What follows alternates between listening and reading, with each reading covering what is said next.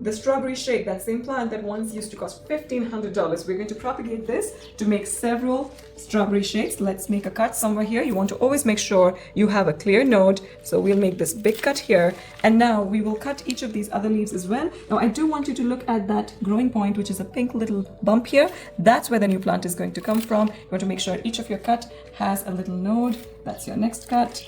Let's make this one. And we have another beautiful one here.